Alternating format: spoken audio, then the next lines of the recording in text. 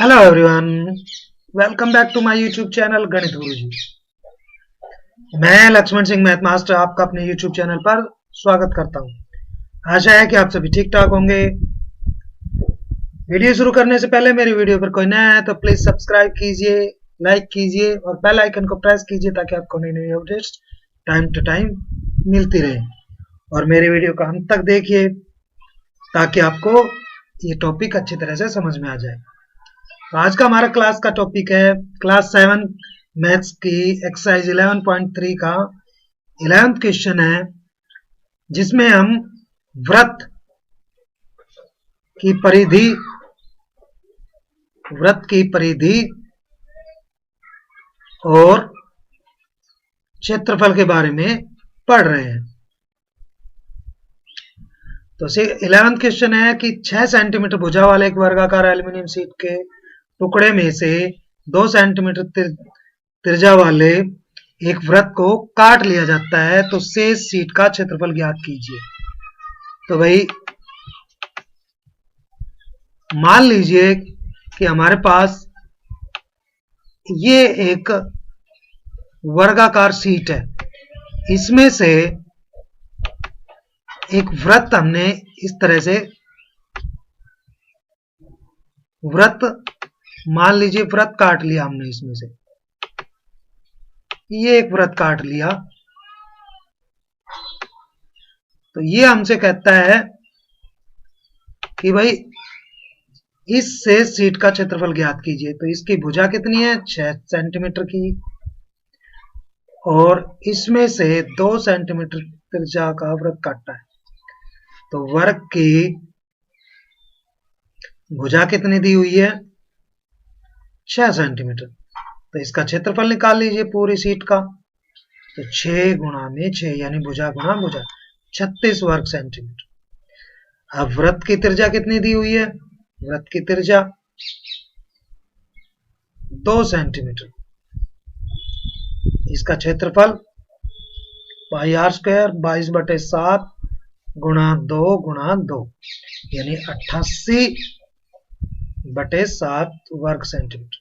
तो शेष शीट का क्षेत्रफल, पूरी शीट कितनी है? 36, उसमें से आप 88/7 ये घटा दीजिए। तो इसका एलसीएम आ जाएगा 7, और 7 से इसको 7 6 42 और 7 21 6 25, इसमें से आप 88 सब्ट्रैक्ट कर दीजिए। तो ये हमारे पास 4 6 और 1, ये इसका क्षेत्रफल आ जाएगा शेष शीट का।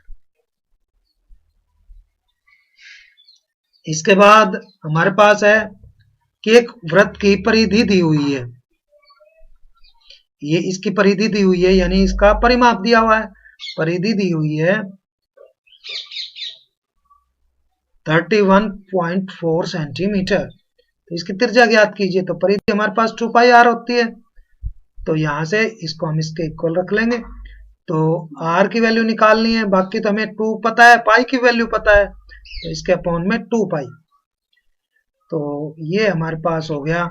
इसका हम पॉइंट हटाएंगे, अपॉन में 10, ये 2, और पाई की वैल्यू हमारे पास 3.14। तो इस तरह से हमारे पास ये हो जाएगा, इसके अपॉन में 2, और इसका जो हम पॉइंट हटाएंगे तो जो 100 आएगा वो ऊपर चला जाएगा। तो 314 से 314 कैंसिल, 0 से 0 कैंसिल, और 2 से ये 5। तो 5 सेंटीमीटर उसकी त्रिज्या हो गई।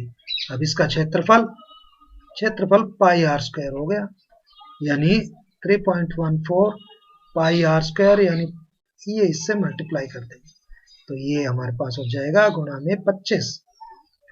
तो 25 चौक 100, 25 एकम 25 और 10 35, 10.25 75 और 3 78 वर्ग सेंटीमीटर इसका क्षेत्रफल हो जाएगा। इसके बाद एक वर्ताकार फूलों की क्यारी के चारों ओर 4 मीटर चौड़ा पथ और फूलों की क्यारी का व्यास दिया हुआ है ये 66 मीटर। इस क्यारी के चारों ओर इसके चारों ओर मीन्स इस तरह से बाहर की ओर एक रास्ता दिया हुआ है इस तरह से, जिसकी चौड़ाई है 4 मीटर, और जो इसका व्यास है वो है हमारे पास 66। ये हमारे पास है 66 मीटर। अब ये कहता है इस पथ का क्षेत्रफल ज्ञात कीजिए। तो भाई क्यारी का व्यास कितना, 66 मीटर, त्रिज्या 33 मीटर, इसको आप स्मॉल आर मान लीजिए। अब पथ की चौड़ाई यानी जो रास्ता है उसकी चौड़ाई 4 मीटर, तो पथ सहित त्रिज्या कितनी हो गई? देखिए भाई 33 तो ये है और इसमें 4 और जोड़ दीजिए, तो 33 प्लस 4 37 मीटर। अब इस पथ का क्षेत्रफल निकालना है हमें, तो पथ का क्षेत्रफल हम क्या करेंगे कि पथ सहित क्यारी का क्षेत्रफल, पथ सहित इसके साथ में क्यारी का क्षेत्रफल, और इसमें से हम क्यारी का क्षेत्रफल घटा देंगे। तो पथ सहित जो क्षेत्रफल है पाई आर स्क्वायर, आर मीन्स 37 का स्क्वायर, इसमें से क्यारी का पाई 33 का स्क्वायर, यानी पाई 37 का स्क्वायर माइनस 33 का स्क्वायर। तो आप इसमें से इसका मान निकाल लेंगे। तो पाई का मान इसने 3.14 दिया हुआ है, और इसको आप इसके गुणा कर लीजिए, इसकी गुणा कर लीजिए, और जो गुणा है वो आप घटा करके इसमें से और इसको मल्टीप्लाई कर लीजिए, इसका क्षेत्रफल आ जाएगा। इस तरह से इसका क्षेत्रफल हम निकाल लेंगे। इसके बाद नेक्स्ट हमारे पास है एक वर्ताकार फूलों के बगीचे का क्षेत्रफल दिया हुआ है। इस बगीचे के केंद्र में एक फव्वारा घूम रहा है जो अपने चारों ओर 12 मीटर त्रिज्या के क्षेत्रफल में पानी का छिड़काव करता है। मान लीजिए कि ये एक वृत्त है, ये वर्ताकार फूलों का बगीचा है, इसके अंदर यहां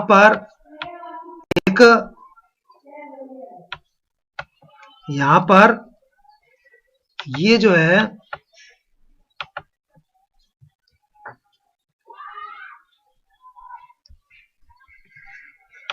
फव्वारा घूमता जो है वो कितना पानी छिड़काव कर रहा है, वो मान लीजिए कि ये छिड़काव कर रहा है।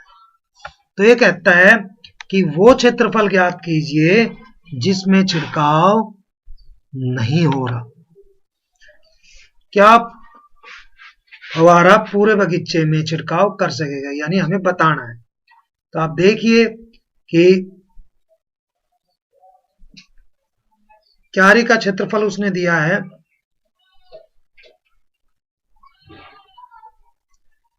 314 वर्ग मीटर, तो इसका क्षेत्रफल होता क्या है पाई आर स्क्वायर।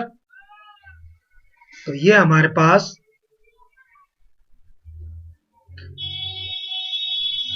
इसके दो तरीके हैं कि आप इससे त्रिज्या निकाल लीजिए और वो त्रिज्या देखिए क्या इसके बराबर है, या जो फव्वारा घूम रहा है उसका क्षेत्रफल निकाल लीजिए, क्या वो क्षेत्रफल 314 के बराबर है।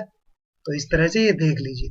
तो आप पहले हम इसकी त्रिज्या ही निकाल के देख लेते हैं। तो इसकी त्रिज्या निकालेंगे तो ये हमारे पास हो गया पाई इसके अपॉन में आ जाएगा, तो ये इसके अपॉन में 1.34, तो इसका पॉइंट हटाएंगे तो ये ऊपर 100, तो इससे cancel. r square is equal to 100, तो r square is equal to 100 का हम 10 का स्क्वायर कर लेंगे, स्क्वायर से square cancel, r is equal to 10 metre. तो भाई जब हम इस वाले की देखते हैं, यानी जो क्यारी है उसकी त्रिज्या ही 10 सेंटीमीटर और जो बगीचा है वो 12 तक, जो फव्वारा है वो 12 मीटर की त्रिज्या तक पानी छिड़काव कर रहा है, तो इसका मतलब छिड़काव बाहर जाएगा, छिड़काव बाहर जाएगा। तो छिड़काव कहाँ जाएगा?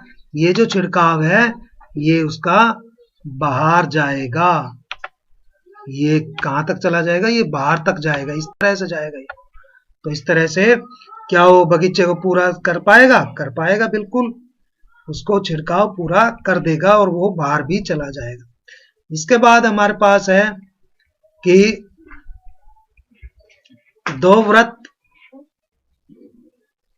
दिए हुए हैं आकृति में, और इसका हमारे पास एक की 19 दी हुई है, ये एक को हमारे पास 19 दी हुई है ये त्रिज्या, और एक की दी हुई है ये हमारे पास जो है इसके दूसरे की यहां से चौड़ाई 10 मीटर दी हुई है, ये 19 दी हुई है। तो पूछ रहा है कि अंत और बाह्य वृत्तों की परिधि ज्ञात कीजिए। तो भाई अंत बाह्य वृत्त की परिधि, बाह्य वृत्त की त्रिज्या, तो बाह्य वृत्त की त्रिज्या देखिए भाई, ये बाह्य वृत्त की त्रिज्या है, कितनी है? 19 मीटर। तो इसकी परिधि कितनी हो गई? 2 पाई आर, 2 पाई आर, यानी 2 22/7 गुणा में 19, तो ये 44 गुणा 19/7, 1976, और 1976 और 7 83/7 वर्ग बटे 7 मीटर। ये तो हो गई बाह्य की। और अंतः की बात करें तो ये कम कर देंगे यहां से 10, तो अंतः वृत्त की त्रिज्या, यानी 19 में से 10 कम कर लीजिए, 9 मीटर। तो इसकी परिधि कितनी होगी? 2 पाई आर, यानी 2 पाई 22/7 गुणा 9, इससे निकाल लेंगे। तो ये हमारे पास हो गया 9 दूनी 18, 22/7 गुणा 18, तो 18 दूनी 36, 18 दूनी 36 और 3 39, ये अंतःवृत्त की होगी।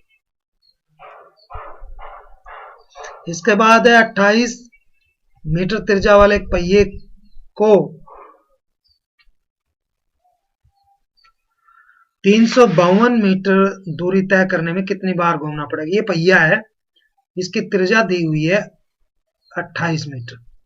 तो भाई एक बार घूमना मतलब इसकी परिधि, तो त्रिज्या निकालो पहले। तो त्रिज्या 28 मीटर, इसकी परिधि निकालते हैं, एक चक्कर में जो परिधि तो दूरी तय करेगा, एक चक्कर की